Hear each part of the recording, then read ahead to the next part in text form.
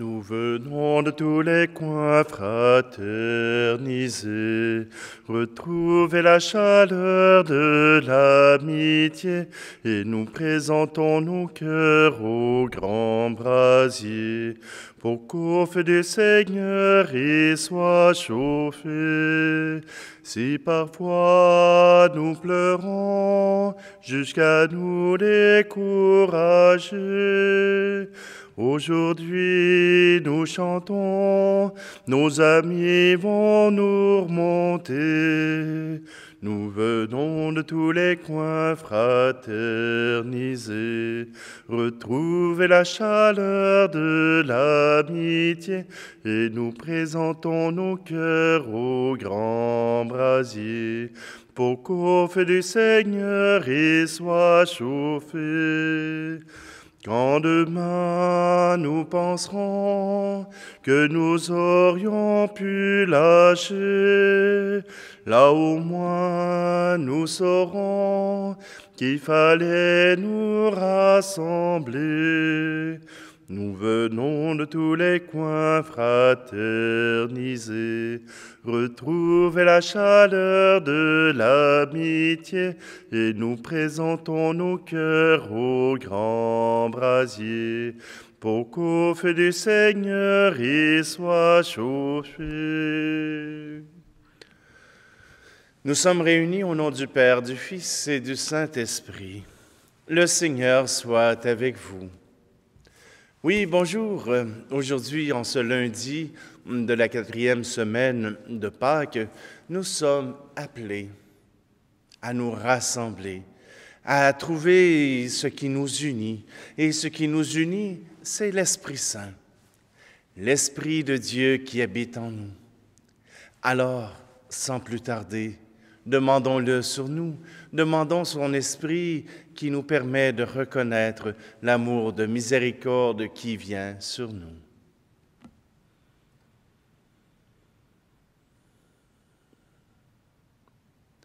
Seigneur, prends pitié.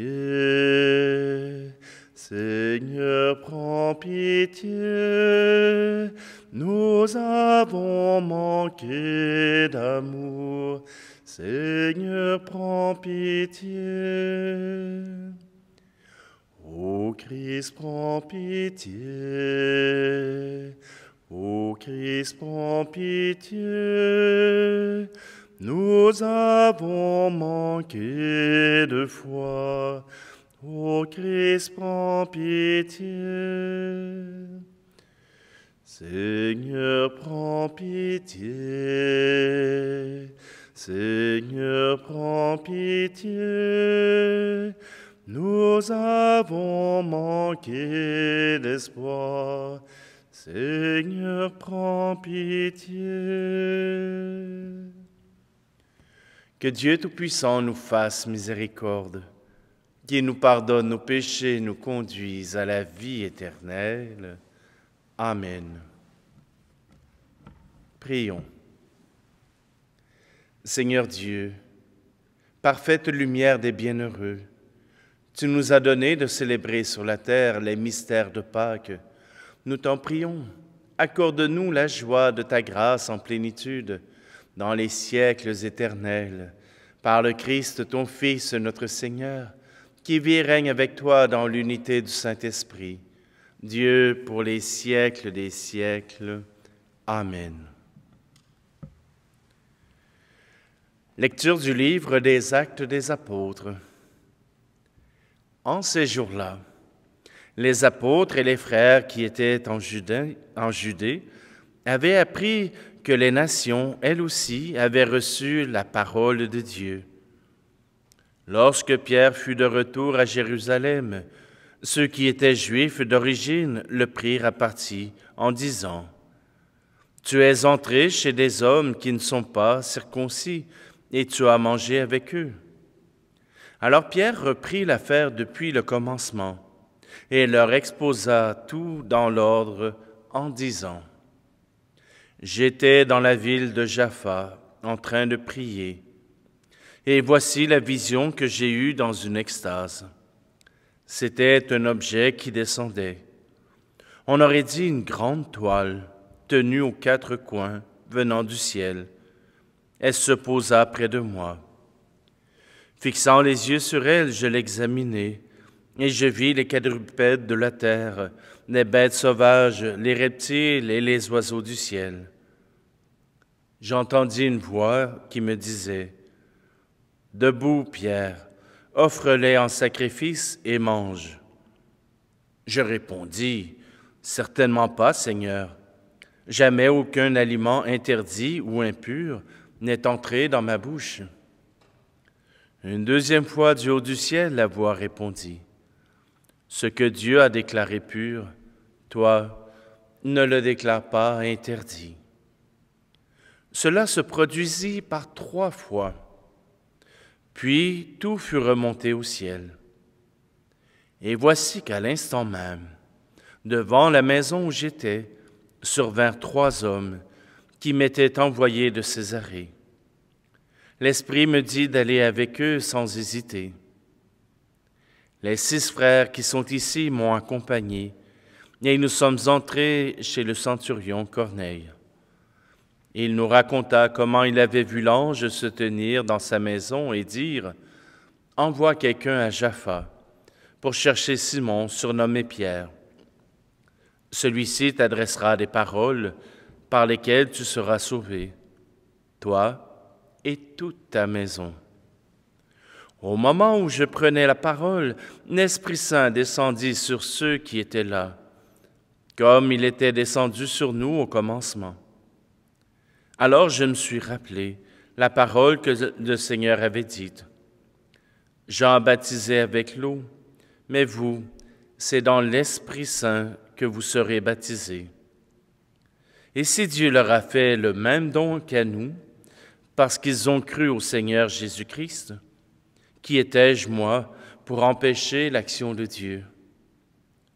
En entendant ces paroles, ils se calmèrent, et ils rendirent gloire à Dieu en disant, « Ainsi donc, même aux nations, Dieu a donné la conversion qui fait entrer dans la vie. » Parole du Seigneur. Mon âme a soif de Dieu, le Dieu vivant. Comme un cerf altéré cherche l'eau vive, ainsi mon âme te cherche, toi mon Dieu. Mon âme a soif de Dieu, le Dieu vivant. Quand pourrais-je m'avancer, paraître face à Dieu?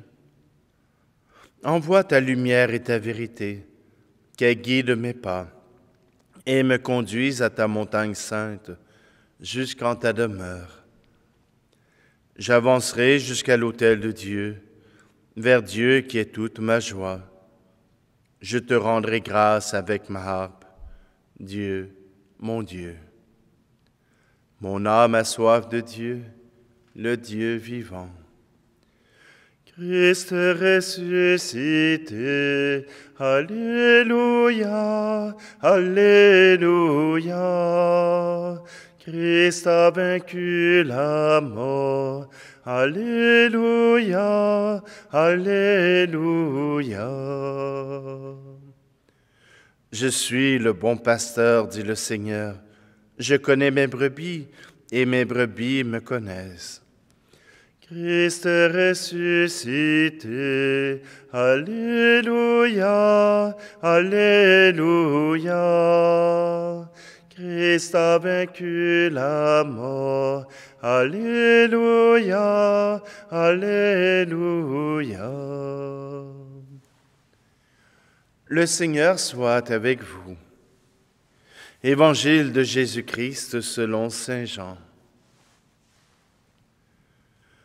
En ce temps-là, Jésus déclara, « Amen, Amen, je vous le dis. Celui qui entre dans l'enclos des brebis sans passer par la porte, mais qui escalade par un autre endroit, celui-là est un voleur et un bandit. Celui qui entre par la porte, c'est le pasteur, le berger des brebis. Le portier lui ouvre, et les brebis écoutent sa voix. Ces brebis à lui, il les appelle chacune par son nom, et il les fait sortir. Quand il a poussé dehors toutes les siennes, il marche à leur tête, et les brebis le suivent, car elles connaissent sa voix. Jamais elles ne suivront un étranger, mais elles s'enfuiront loin de lui, car elles ne connaissent pas la voix des étrangers. Jésus employa cette image pour s'adresser aux pharisiens, mais eux ne comprirent pas de quoi il leur parlait. C'est pourquoi Jésus reprit la parole. Amen, amen, je vous le dis. Moi, je suis la porte des brebis. Tous ceux qui sont venus avant moi sont des voleurs et des bandits. Mais les brebis ne les ont pas écoutés. Moi, je suis la porte. Si quelqu'un entre en passant par moi, il sera sauvé. Il pourra entrer. Il pourra sortir et trouver un pâturage. Le voleur ne vient que pour voler, égorger, faire périr. Moi, je suis venu pour que les brebis aient la vie en abondance. Acclamons la parole de Dieu.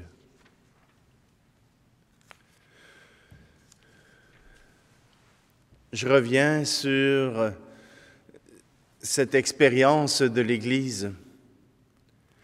Pierre est un chrétien venu de la source juive, venu de la tradition juive. Alors oui, il est attaché à la loi, il veut accomplir la loi, il veut que cette loi que Dieu a édictée au peuple d'Israël, soit un chemin de vérité pour lui. Mais voilà que le Seigneur l'invite à ouvrir ses horizons, à ouvrir son cœur, que Dieu lui invite à simplement s'ouvrir. Voilà qu'il se rend chez le centurion. Et même si le centurion fait partie des gentils ou des étrangers, voilà que quand Pierre arrive à parler, l'Esprit Saint fait son œuvre. L'Esprit Saint entre dans le cœur de ceux qui habitaient cette maison. Et c'est là un tournant important pour l'Église, qui s'est fait dans le temps de Pierre et qui doit se refaire aujourd'hui et maintenant. Dans les grandes écoles, on nous apprenait à catégoriser les gens. C'est plus facile de savoir ce qui est noir, ce qui est blanc, que de vérifier la teneur en gris. Il est plus facile de catégoriser ce qui est bien, ce qui est mal. Parce que ainsi, c'est plus facile de pouvoir avoir de la haine pour quelqu'un, de pouvoir déplacer notre haine vers quelqu'un à l'étranger plutôt que vers soi.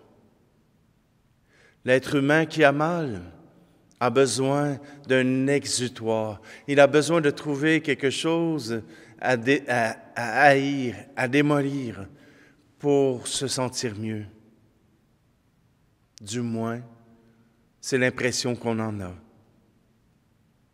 Alors oui, voilà que ces étrangers, et même Corneille qui est un centurion, c'est-à-dire qui travaille pour l'Empire romain, donc l'ennemi juré des Juifs, voilà que lui aussi reçoit la grâce de l'Esprit Saint.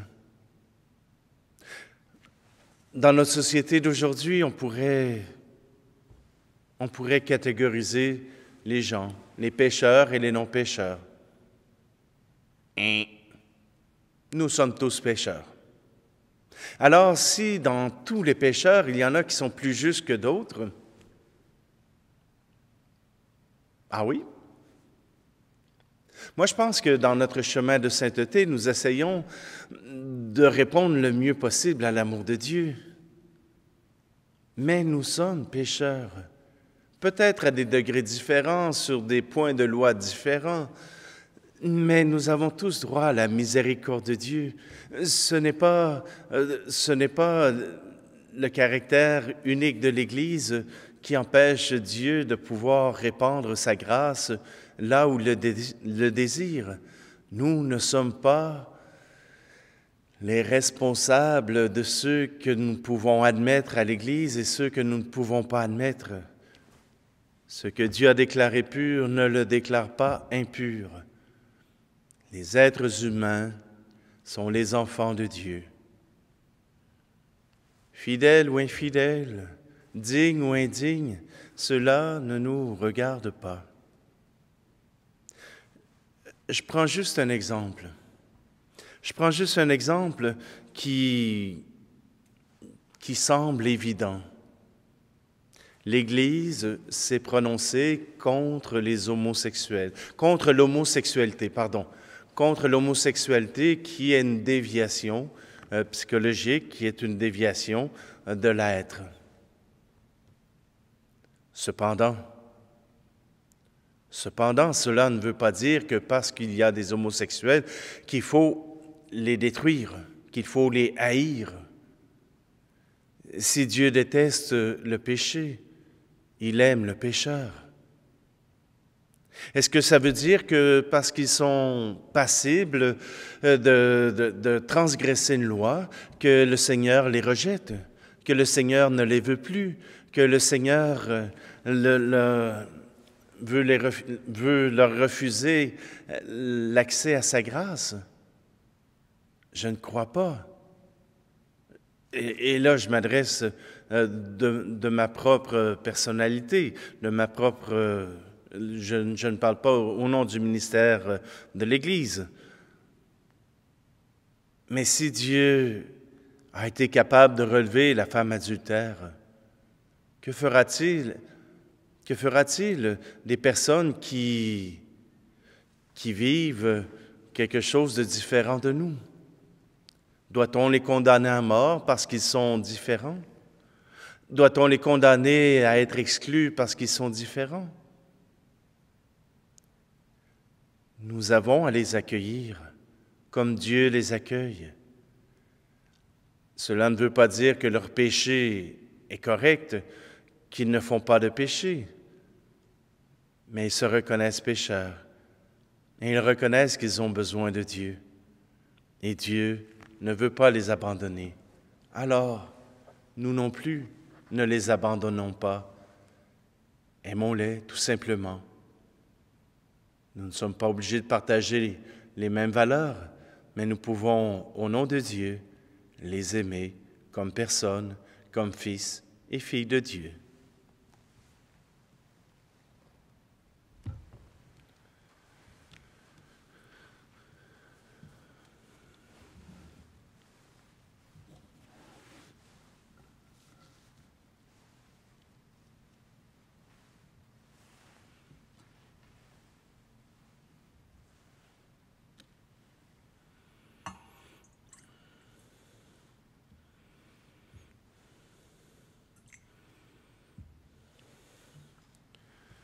Tu es béni, Seigneur, Dieu de l'univers, toi qui nous donnes ce pain. Fruit de la terre et du travail des hommes et des femmes, il deviendra pour nous le pain de la vie. Tu es béni, Seigneur, Dieu de l'univers, toi qui nous donnes ce vin. Fruit de la vigne et du travail des hommes et des femmes, il deviendra pour nous le vin du royaume éternel.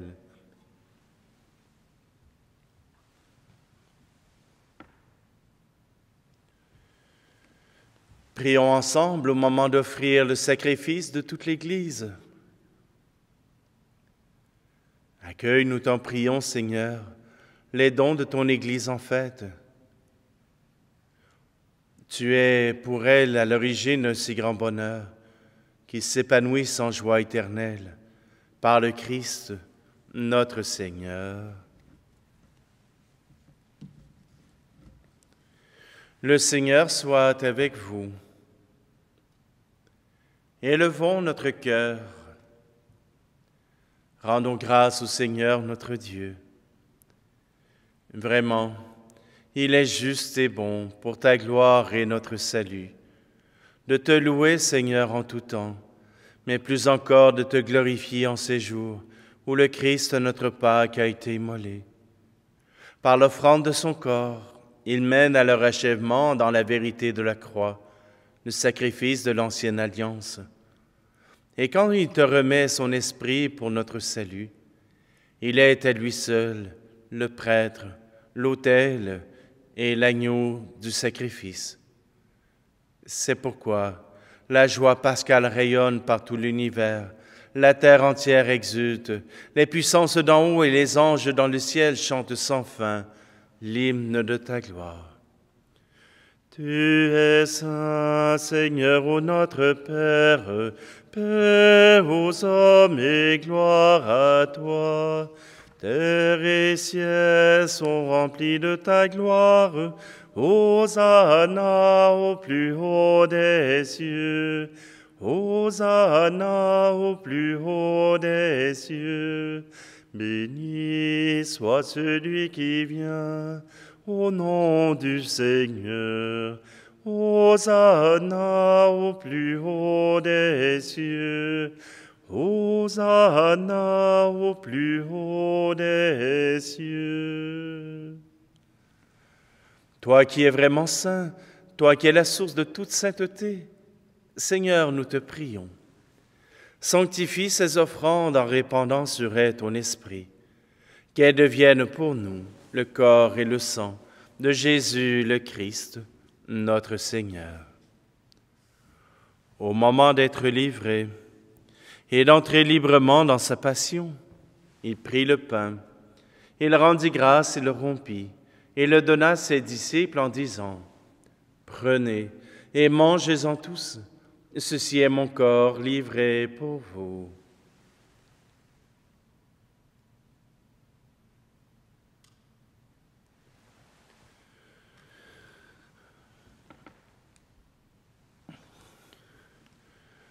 De même, après le repas, il prit la coupe. De nouveau, il rendit grâce et la donna à ses disciples en disant, « Prenez et buvez-en tous, car ceci est la coupe de mon sang, le sang de l'alliance nouvelle et éternelle, qui sera versé pour vous et pour la multitude en rémission des péchés. Vous ferez cela en mémoire de moi. »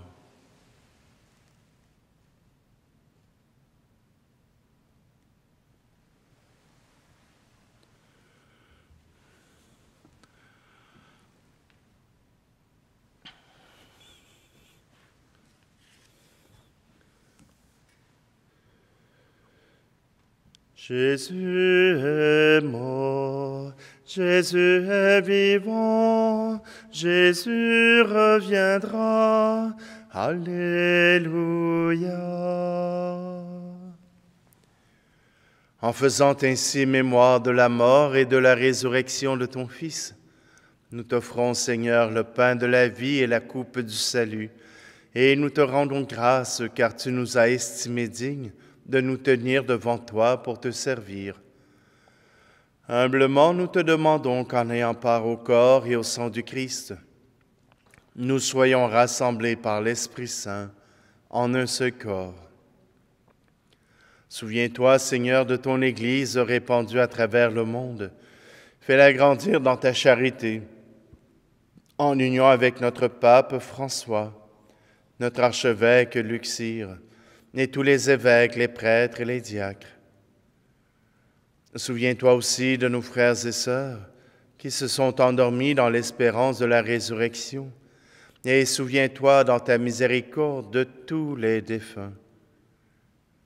Accueille-les dans la lumière de ton visage. Et sur nous tous, enfin, nous implorons ta bonté.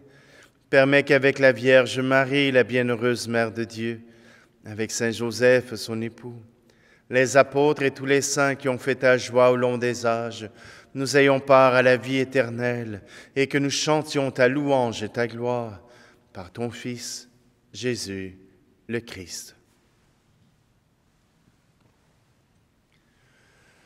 Par lui, avec lui et en lui, à toi, Dieu le Père Tout-Puissant, dans l'unité du Saint-Esprit, tout honneur et toute gloire pour les siècles des siècles. Amen. Le cœur confiant, nous nous tournons résolument vers notre Dieu, vers notre Père. C'est lui qui nous ouvre à toute vie de pécheur pour donner l'amour. Notre Père qui es aux cieux, que ton nom soit sanctifié, que ton règne vienne, que ta volonté soit faite sur la terre comme au ciel. Donne-nous aujourd'hui notre pain de ce jour. Pardonne-nous nos offenses, comme nous pardonnons aussi à ceux qui nous ont offensés. Et ne nous laisse pas entrer en tentation, mais délivre-nous du mal. Délivre-nous de tout mal, Seigneur, et donne la paix à notre temps. Soutenus par ta miséricorde, nous serons libérés de tout péché, à l'abri de toute épreuve, nous qui attendons que se réalise cette bienheureuse espérance, l'avènement de Jésus-Christ, notre Sauveur. Car c'est à toi qu'appartiennent le règne, la puissance et la gloire, pour les siècles des siècles. Je vous laisse ma paix je vous la donne, une paix que personne ne vous prendra jamais. Je vous laisse ma paix, non pas comme le monde, mais une paix profonde, au goût d'éternité. Que la paix du Seigneur soit toujours avec vous. Agneau de Dieu, qui enlève le péché du monde, prends pitié de nous. Agneau de Dieu, qui enlève le péché du monde, prends pitié de nous. Agneau de Dieu, qui enlève le péché du monde, donne-nous la paix.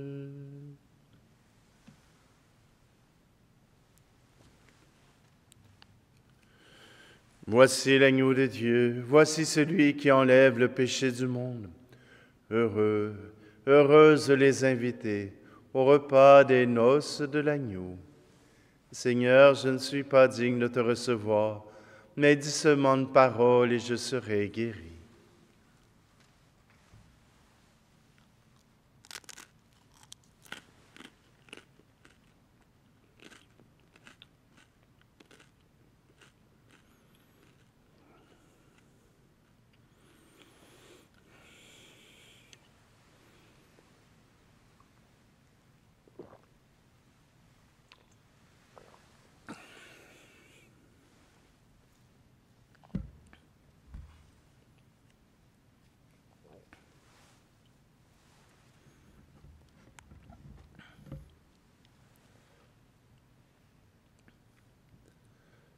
Regarde avec bonté, Seigneur, nous t'en prions, le peuple que tu as rénové par tes sacrements. Accorde-nous de parvenir à la vie incorruptible lorsque notre chair ressuscitera dans la gloire. Par le Christ, notre Seigneur. Amen. Oui, nous sommes tous rassemblés par le Maître de la vie, par le bon pasteur. Tous rassemblés en un seul peuple pour louer le Seigneur. Peu importe de quel horizon nous arrivons, il nous invite à le suivre. Alors, oui, chantons la gloire de Dieu. Le Seigneur soit avec vous, et que Dieu Tout-Puissant vous bénisse, celui qui est Père, Fils et Esprit Saint. Allez, dans la paix et la joie du Christ. Nous venons de tous les coins fraterniser, retrouver la chaleur de l'amitié, et nous présentons nos cœurs au grand brasier, pour qu'au feu du Seigneur il soit chauffé. Si au soir du grand jour, nous craignons de perdre pied, profitons de ce jour pour apprendre à bien marcher. Nous venons de tous les coins fraterniser, retrouver la chaleur de l'amitié, et nous présentons nos cœurs au grand brasier, pour qu'au feu du Seigneur il soit chauffé.